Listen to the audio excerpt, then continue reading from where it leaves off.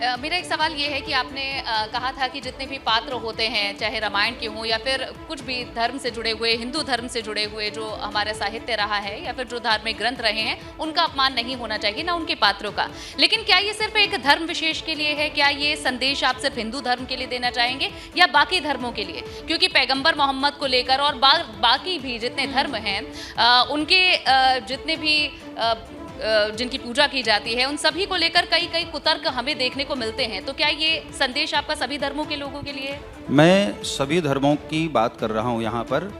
यदि हमारा सनातन धर्म और हम हिंदू लोग किसी दूसरे धर्म का मजाक नहीं उड़ाते हैं तो अपने धर्म का मजाक उड़ते हुए फिर हम सहन भी नहीं करेंगे।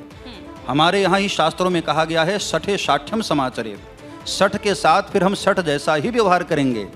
आपके यहाँ किसी ने मोहम्मद साहब का नाम भी ले लिया तो आप सर तन से जुदा के नारे लगाते हैं और खुलेआम आप इस तरह से कांड भी करते हैं। और आप चाहते हैं कि हमारे यहाँ हनुमान जी महाराज का आप इस प्रकार से आप रूप बना दें और हम लोग सहन कर लें। तो अब वो समय नहीं है। दुनिया को पता होना चाहिए कि महाभारत जैसा युद्ध भी हमारे भारत देश के लोगों ने ही लड़ा, जो कहता है अहिंसा परमो धर्म। लेकिन हमारे हनुमान जी महाराज ने सुंदरकांड में कहा, जिन मोहि मारा ते मैं मारे।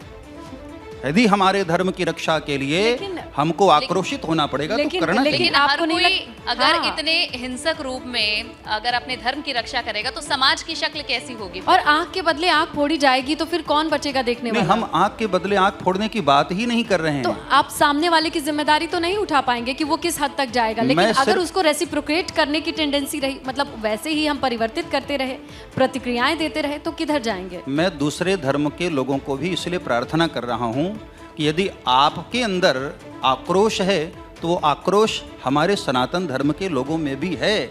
उनको ऐसा नहीं सोचना चाहिए कि हिंदू धर्म को सदैव हम दबाते रहेंगे और हिंदू परिवार के लोग सहन करते रहेंगे। आखिर सहन की भी एक सीमा है। महात्मा गांधी जी कहते हैं कि एक गाल पर थप्पड़ मारे तो दूसरे को आगे कर दो, लेकिन दूसरे पर भी मार दिया तो तीसरे को आगे करना पड़ेगा और तीसरा अपने पास तो होता नहीं, फिर सामने वाले का ही होता है।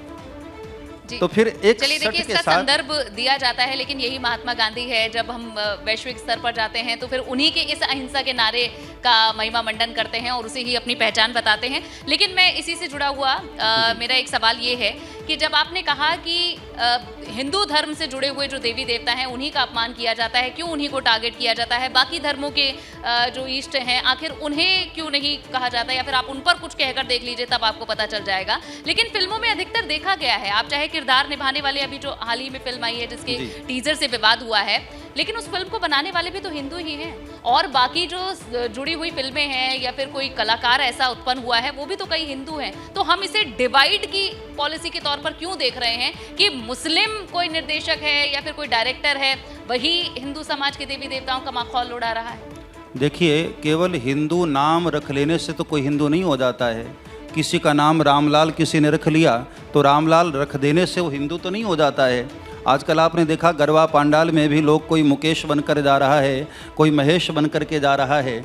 नाम रख लेने मात्र से हिंदू नहीं हो जाता है, जबकि यदि उसके अंदर हिंदू होने की जो शर्त है, भगवान राम, भगवान कृष्ण, श्री हनुमान जी महाराज, माता दुर्गा, राधा रानी, इन सब के प्रति उसके मन में यदि आदर नहीं है तो मैं उसको हिंदू नहीं कहता हूँ। आप क्या इसे किसी षड्यंत्र के तौर पर देख रहे हैं? बिल्कुल।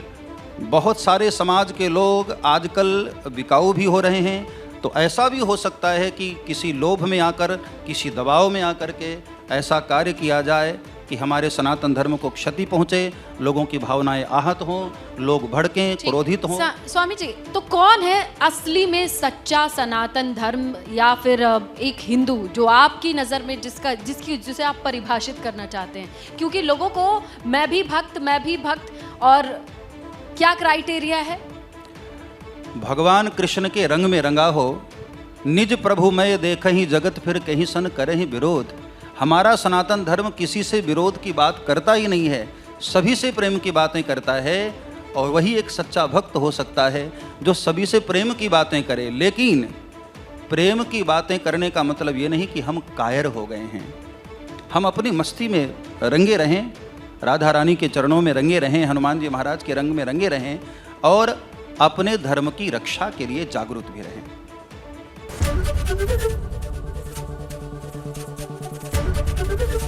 एबीपी गंगा, खबर आपकी, जुबान आपकी।